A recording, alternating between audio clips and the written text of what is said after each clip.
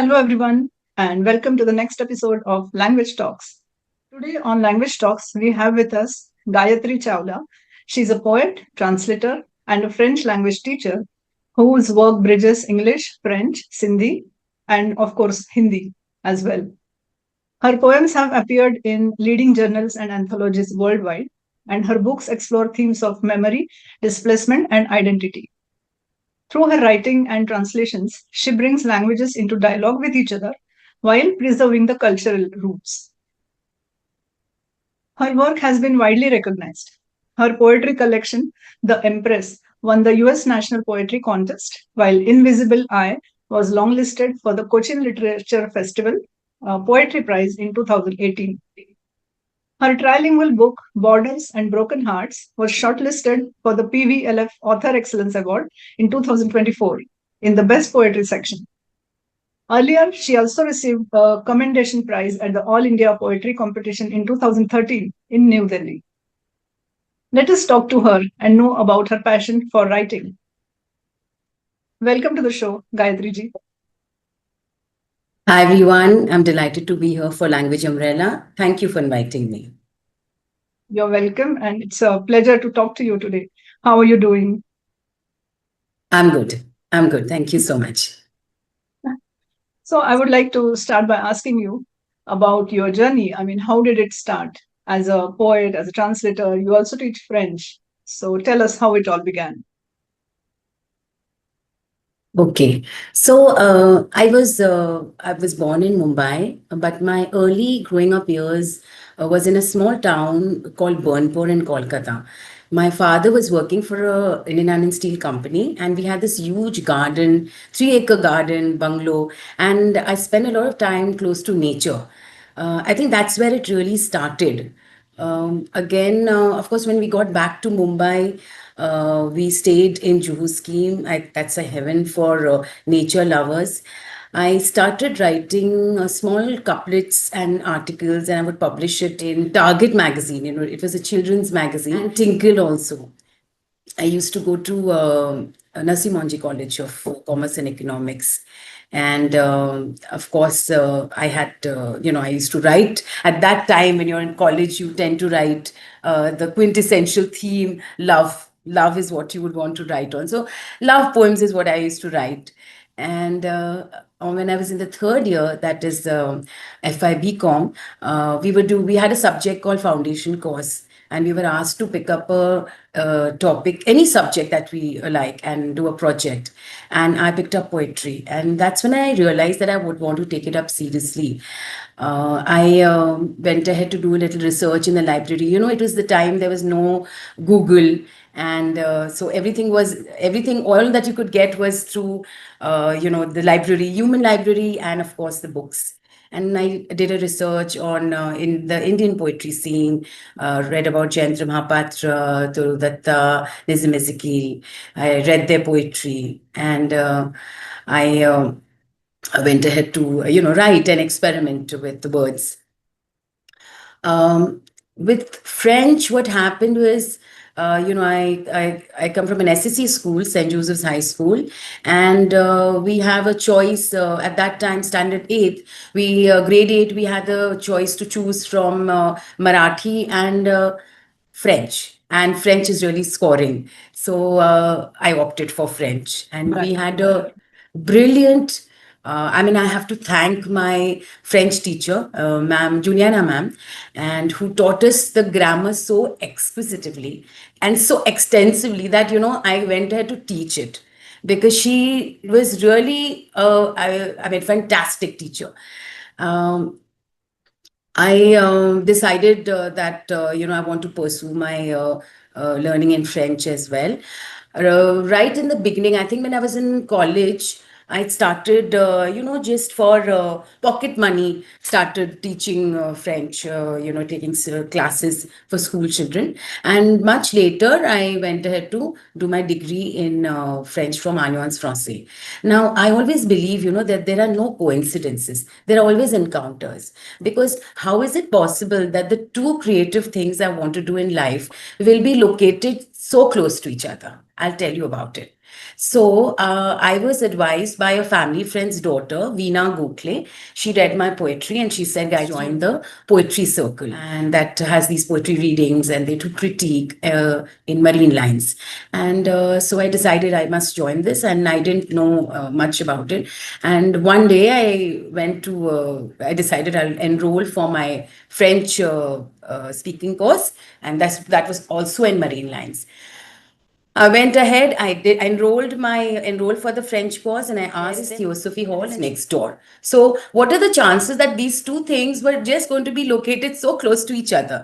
And Okay. I walk into Theosophy Hall, and I meet this very humble, frail person who helped me fill in the form and who read my poetry. He was Mr. Nizam Ezekiel, so himself. So I'm blessed that I met him in person, and I went ahead and attended the poetry circle for 2 years. Read my work there. It helped me because there was a lot of evaluation, critique, and all of those sessions that they would have, and with that's how it started, I guess, the journey. And I think this is really interesting, and what a coincidence, yes. as if it was all planned. Yes, maybe the divine had a had a thing in this. It was what are the chances that they will be located so close to each other, and I feel it was written, maybe that sort of a thing. With translation, I happened. Translation happened much later, Okay. but that again, I attended a satsang, and I heard somebody sing a kalam, and the lady sang it so beautifully. I didn't understand the words because it was in Sindhi, but the vocabulary was very rich. I could not pick up a lot of words, and she sang it so beautifully. And then I knew that I wanted to know who is the poet behind the writing of this beautiful kalam. And the poet was an 18th century Sufi poet Sachal Sarmas, and I wanted to translate his work. And I went ahead to do that much later with my co-translator, Lajwanti Jaisinghani. So that's how it Oh, started. that is amazing. So you are doing all these three roles as a poet, translator, French teacher also. So how did these roles shape you or shape your approach towards writing and literature, both? Thank you for that question. As I've told you, before how it all started, I actually got a commerce background. I haven't really studied literature, and when you pick it up as a learner, it's different. The perspective is different. I feel. Um, I did my MA in English literature just before the lockdown. So that's 2018 and 19 from Kalina University. And I really relished studying English literature. It gave a new perspective to my writing. It opened up my mind, and my writing went to another level altogether. Uh, Also, I did prior to that, I'd done a short poetry workshop it was an online course from Iowa University. Now, this was something which was, it was an invigorating experience because when you read your poem out there, and then there are these mentors who will review your work, and they guide you, basically it's kind of it's supportive, and it also validates your work. Your guide, it gives you guidance as to you're on the right track, and that helped me quite a lot. That really helped me right in the beginning. Later, I did a modern poetry. Actually, it's MPT, Modern Poetry in Translation. It's a platform where you are given a poem of a foreign language, say for example Turkish or Arabic, and they give you the translation in English. Loosely they have translated it in English, and you have to transcreate it in English. Okay, and transcreate it. So again, this gave me a lot of creative freedom, and I put that also, use that in my writing. Um, when I was there's another doctrine of very well-known French poet Charles Baudelaire, his Okay. doctrine of correspondences. So I'm always inspired by him. Like this concept is basically that correspondences means everything in the world is connected. So everything small in the physical world, like say example a petal or a flower, everything small in the physical world is connected to the spiritual world. So everything small in the physical world has a bigger, stronger spiritual meaning. So that concept also I was quite intrigued by, and it seeped into my writing. A lot of my poems have that concept of connecting, and then that sort of a thing. Um, with French, what happened is I think a lot of my yes, a lot of my poems also have I've used words like mélange. I've used an expression je ne sais quoi as a title of my poem, and it goes like that. I don't literally pick it up, but I think it just fits when you know Oh, that many languages. You just know, oh, for this is the perfect title that would go. And oh, similarly yeah. with even my Sindhi poems, there are so many words which are in Sindhi, but there's no other way that there's no other word that can replace it in English, so to speak. So I let it be the way it is. So that's Okay. that. And Mhm.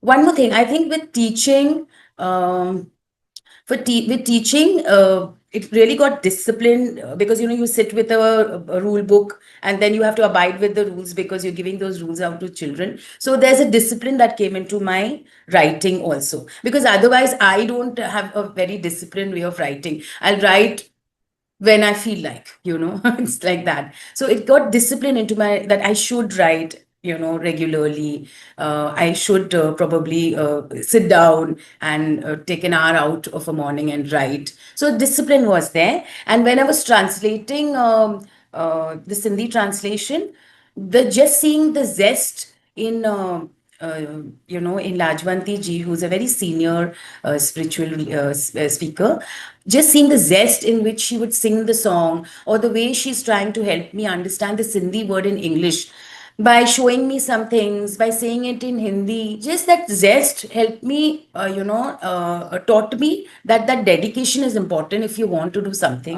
which is close to you. So if it's a passion, if you're dedicated, you should go for it. So that's what I Right. learned. Wow, that's so nice. You have attended and also presented your poetry in multilingual poetry events. The So, multilingual event is basically, so I'll tell you how all this started. I was I told you about the beautiful kalam that I heard at a satsang, and I wanted to translate Sachal Sai's work, and which I was lucky to have translated. We translated together about 100 poems, and then when I saw Lajja ji sing it, I picked up one of those kalams. And then I sang it in one event. I sang it at the Asia Pacific Poets and Translators event in Bangalore. I also sang it in another event. Somebody heard me and they recommended my name for reading out a Sindhi poem in a multilingual poetry event. And I'm actually an English poet, so this was a surprise for me. And I had met Rekha Puhani earlier. She's a Sindhi poet from Pune, and I'd invited her for a event. Actually, I had curated an event about mother tongues and how we are influenced by our mother tongues and what are we doing with these mother tongues.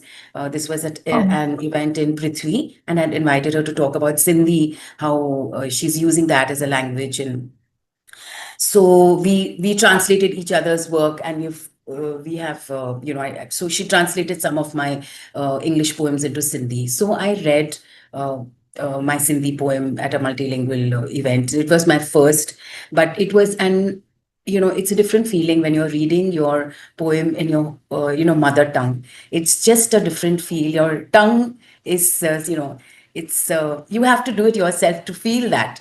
And right. and your own poem, it's like a homecoming of sorts. You're home. It's like comfort food.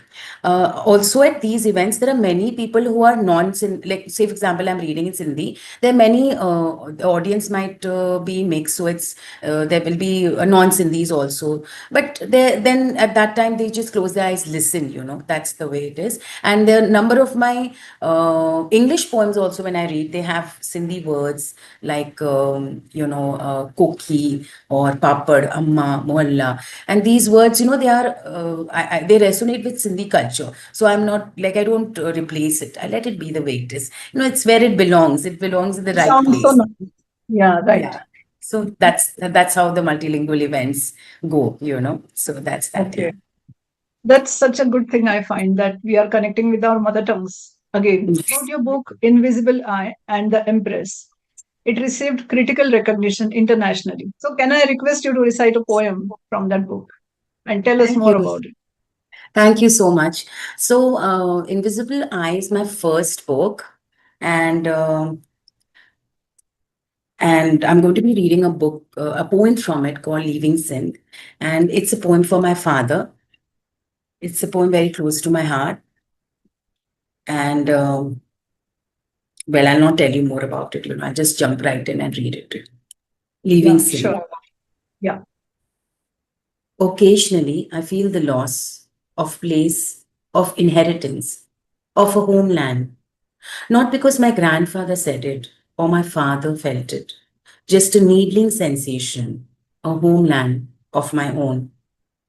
Every day a taste of its savories in the rich wheat grain cookies, mother packs in my Milton lunchbox, baked papads made of gram dal in a see-through plastic bag. She packs these two. One doesn't go without the other. Tonight, I look at mother's hands, pounding the marble, mortar, and pestle, crushing pods of garlic. Her eyes have swollen. She hasn't slept a wink last night, grinding her dream with mortar and pestle. I wonder how it would feel to leave behind Jamshed quarters, the window overlooking the Sindhu, the white sheets left unfolded on a bed undone, wardrobe stripped of its identities, suitcases filled with pangs of insecurity, pretending it would get better. I wonder how it would feel to be homeless. Occasionally, I feel like an island, an unnoticed speck, a lost postcard with no address, sitting in the post office with a stamp reading Undivided India. Thank you. Wow. It is so much full of emotions and backstories, I think. Yes. Thank you for reciting. Mhm. Thank you. My pleasure. My pleasure. So, leaving send this poem for my father, and these are stories basically which I've encapsulated in the form of poetry, and these are stories that my father has narrated to me about Karachi, his days in Karachi, and I've tried to bring that keep that land alive in this particular poem, and it's a very emotional poem, and it's a tribute to my father and to a land, Sindh, that I've not seen, but I would definitely want to go once in my lifetime. Oh, so there is one more book you have written about healing, and the name is also Healing Elixir. So So, please tell us about it. sure. So, healing elixir, I work as a healer as well. And during the lockdown, there was, we were all cooped up, and there were so many cases of grief, trauma, and distress that I wanted to write something for healing, that would heal people. So I came up with a book called Healing Elixir, and this is the book. It's available on Amazon, and it has. I talk about the seven archangels. So it's angel therapy, numerology, and remedies. So when I'm saying angel therapy, it's when I talk of archangels. So the archangels are basically messengers of God, they are their aura is very divine, very soft. And I've used a lot of visualization techniques, manifestations, affirmations. So you don't need to, I mean, if people could not, I said, reach me, the book would reach them. And I feel if I could even heal one person, my work here is done on this planet. Mm. So Correct. it has a lot of prayer and affirmations. Also, there's a section on numerology that talks about your birth year, your house numbers. Then the very important section is on remedies, which is basically all my work. And it's all in this book, which talks about what you can do, like rituals on lunar eclipse, full moon. How do you remove negativity? How do you use salt to remove the negativity? And then I also talk about self-love. So all of that is there in this book. And the manifestation and visualization techniques are such that I mean, this book has also illustrations, so you don't have to Mhm. Google. Like, send Okay. Gabriel is right here, you Acha, know हाँ. so you Okay. just have to look at the picture, and then you can go ahead and pray and visualize and then say the affirmations. So each angel has got a particular reason why you pray to him. So Okay. accordingly, you have to, Mm. depending on what you would want, or if you want to heal, or you can go to Archangel Gabriel, Raphael, and then Michael if you wish. You would want to wish for something, all of those things, and then you can accordingly manifest. So that's what the book is about. Oh, that's nice. Your book, Borders and Broken Hearts, is a trilingual work that includes Sindhi in both Devanagari and Perso Arabic scripts. So, what was the idea behind presenting the same text in multiple scripts? So, I'm curious to know about that. Mhm. Thank you for that question. So I'll start from the beginning. My father was born in a small village of Manju in Gadi Khata in undivided India. And after a few years, the family moved to Karachi. So, he's always told me his stories of Karachi, how there were these guava, orchids of guava, and how they would play cricket in the mohalla, how they would take these camel rides. And I've tried to encapsulate that in the form of poetry. I think the partition of 1947 was one of the worst tragedies of mankind. And overnight, the Sindhi community had to move to Indian shores, leave behind their ancestral homes, and just come with whatever they could, pots, pans, furniture, whatever they could, and start afresh in Indian shores. And I feel it's like it was a frightening experience. Also, we have a very rich script, which is the Perso-Arabic script.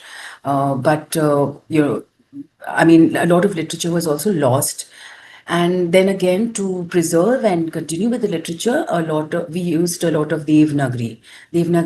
Script was also introduced so that the younger generation could follow it. It's easier to comprehend.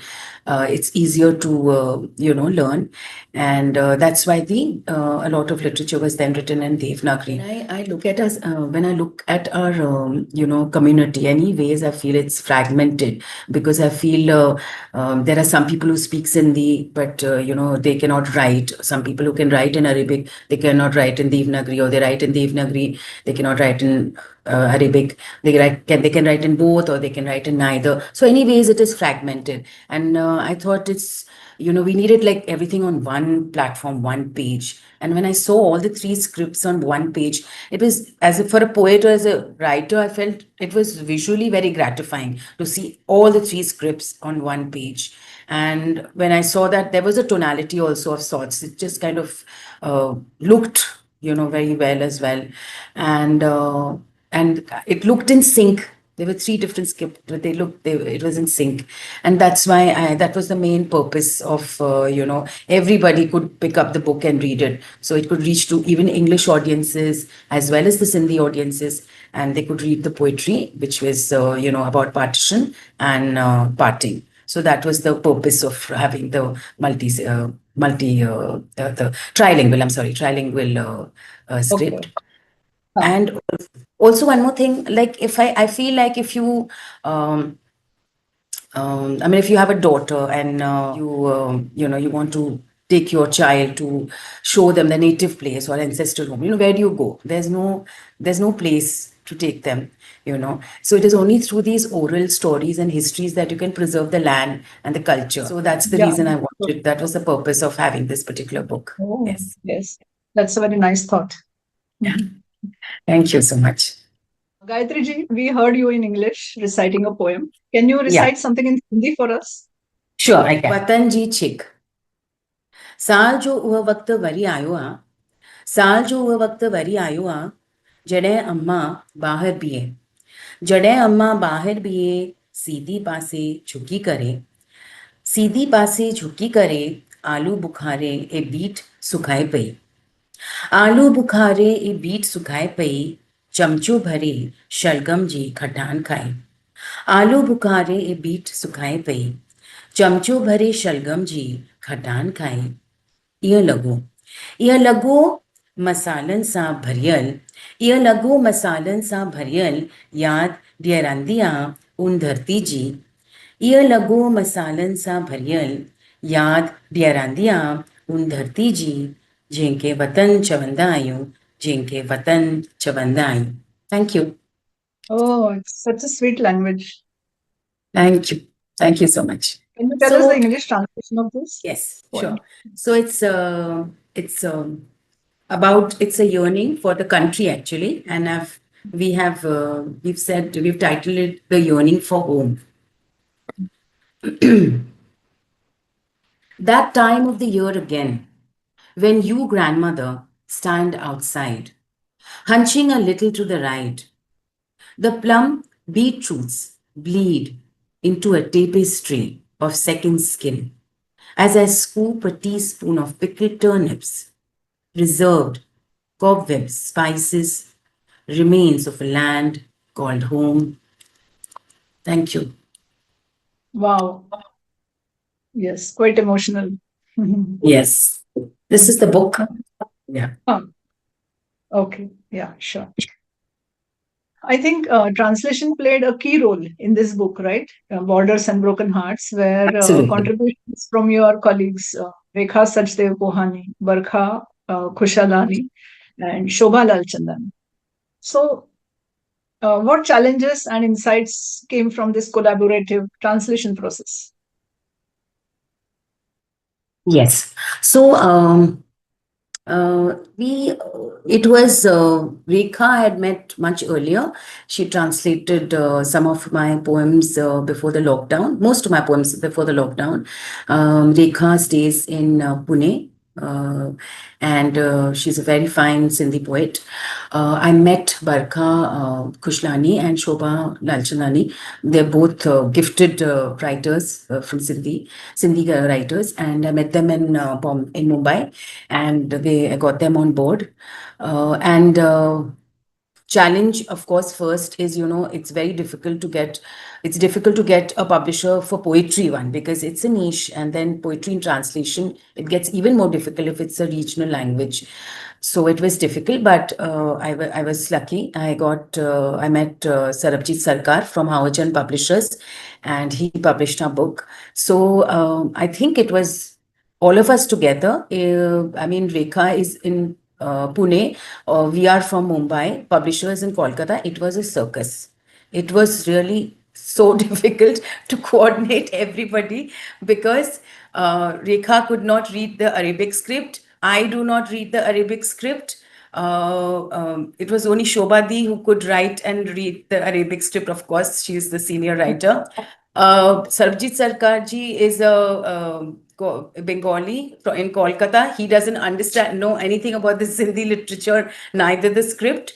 So I cannot even read 1 to 10 in the Arabic script. I think by now at the end of it, I learned it. It was a challenge, even on the page numbers to see, because I can understand Devanagari and of course the Roman script is there, but Arabic is difficult. But by now I got the page numbers straight. We had then we put it all in a PDF, and every tiny mistake we had to get the entire PDF changed. There was, I think, multiple WhatsApp calls, voice notes. Through voice notes, we exchanged, Barka and me exchanged a lot of translation and creative bites, discussed poems. Rekha and me through WhatsApp calls. And I think it was, finally we got through, and it was really worth it. It was a very tough cookie to crack, but yes, it was worth it. In the end, when I saw my father, the first copy of my book, I gave it to my father. And Oh, when I saw the smile on his face, it is worth it, the end. So, definitely. yes. Good. That's Gayatri ji, your poetry often weaves together themes of partition, exile, and belonging. So, how do you see languages as a medium of expressing all these experiences? Um, So, as I told you, I grew up listening to these stories that my father told me, and I tried to encapsulate that in my poetry. And essentially, I'm an English poet. I write in English. But I think as we grow wiser, you become closer to your mother tongue. You also ask questions like, what is my identity? Who am I? Where do I come from? What are my roots? And personally, for me, I always ask, who's my Kul Devi, or who's my Kul Devta? What is across the border? So definitely I'm closer now to my mother tongue. I try to whatever, in whichever way, read more about it. And also, when I'm traveling and I hear, it could be just a conversation between two people if they're talking in Sindhi, and I can hear, if I even hear one word of my mother tongue, I'm hooked and I want to know exactly what they're talking. That's not a good idea, but yes, that's how, what a mother tongue is, something that just tugs at your heart. So I've tried. Of course, a lot of my English poems have the words mohalla, amma, and all these words. I don't think English, there can be any English substitute to these words. A flatbread would not do justice to my koki. So I've Right. used, I've let the words be the way it is. Um, Also, in language is like it's constantly flowing. It's like a language is a medium, and it's constantly flowing. It's like a river, and as it flows, it has small rivulets which have different influences, and they as they move ahead. But then the main source is the same. So that's the thing with language, and I like to believe that. Yes. Okay. Yeah. Nice. Hmm. You have worked across English, French, and Sindhi. So, how does moving between languages change your thought process as a writer? Okay. Now here.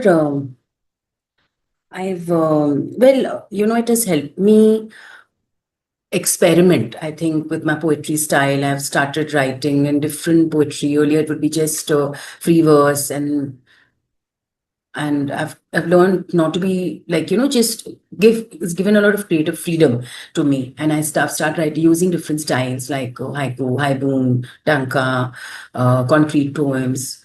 And also, I feel when we were translating Sajjal Sai's work, a lot of I realized there's so much richness in these kalams. I was introduced to the ghazal, and I would definitely want to, write more in English form. Uh, Also, there's a musicality in them which is very visible, and Right. it's nice, it's new, Hmm. so I like that. That sonorism is uh, sonorous sting to it, and I like that. So I think that is also, that is also there in some of my poems. uh, there's um, there's actually a movement, symbolism, which happened in Belgium and France. And Charles Baudelaire, I told you I was inspired by him. He was the one he'd started the movement. And symbolism is basically a movement across literature and the arts. And a lot of poets like Arthur Rimbaud and Paul Villery have followed this particular movement. And basically, what that movement is, in literature, they use symbols. So, symbol is a small object or a person or a thing which is put in that particular prose. It is put in that particular text, which means something else. So, say for example, like a bird would mean freedom, winter would mean death, or you could say lily would mean a purity, something like that. So symbolism also, I mean, I was quite intrigued by this entire concept, and I've used that, try to use that particular technique in the mesh of my poetry. And because sometimes you don't want to say something directly, you would like the reader to, kind of unravel that particular thing, what you're trying to say. I don't want to say it directly. So I'll put a symbol there in the particular poem and they can unravel it. Also, every reader will unravel it depending on their level of what they think. They bring their experience to it when they read it. So, because when I write, I let the poem go, and then it's the readers. That's the way it is. So I feel words don't just aren't just used to communicate. They're used to evoke as well. So these are some of the things I feel. Yeah. Oh, nice. Yeah. How would you highlight the importance of knowing languages? Okay. I've always told my students it's a good thing to know languages because it opens your perspective, and you must learn foreign or Indian languages. It helps you if you're making it a career or traveling. But personally, I feel that um, yeah, it's languages. I think like I've seen my daughter. She picked up Korean and Japanese because she was a big fan of this BTS group, and they just picked it up immediately because they're watching Korean drama. And so you're open to a new culture, a new new culture, literature, and the different way of thinking. I think so, lots of things, the perspective changes if you learn a different language. I think Right. also, if you're I mean I feel for us there is so much of there's a universe that has to be discovered because we have such a rich regional literature that has to be that is untouched. Because I would not know much of Bengali literature because unless it's translated into English. So much we have such rich regional literature. True. So Yeah. that needs to be unraveled. I feel, yeah. Which other languages fascinate you? Do you plan to learn any other? Yeah, so because I watch a lot of Turkish drama, I like Turkey. I would like to learn Turkish and Arabic, and of course Spanish because it's similar to French. But closer to home, I want to polish up my language, my Bengali, Gujarati, and Marathi, languages because I can understand and speak. I can manage, but speak Marathi, of course, I can manage. But Bengali and all, I've lost touch, and I would like to learn it so I can converse. And as you said, of course, reading the literature in that same language would be another level of understanding, and that is like euphoric. I feel if you read that kind of literature like that.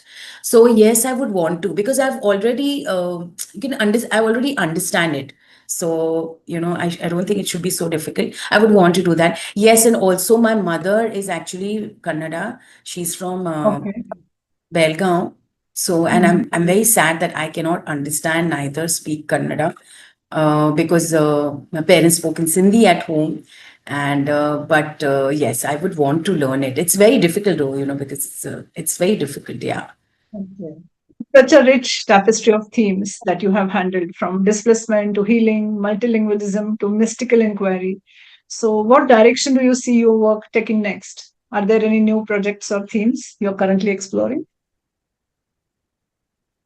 Yeah, so chakras. It's a new book that's coming up. It's about our seven chakras in our body, how we can align Mhm. them, how we can Mhm. wear the right color, and how we can Interesting. balance them with the right crystals, how we can wear the rose quartz and all of that, and balance your chakras. That's one book that's going to be out soon.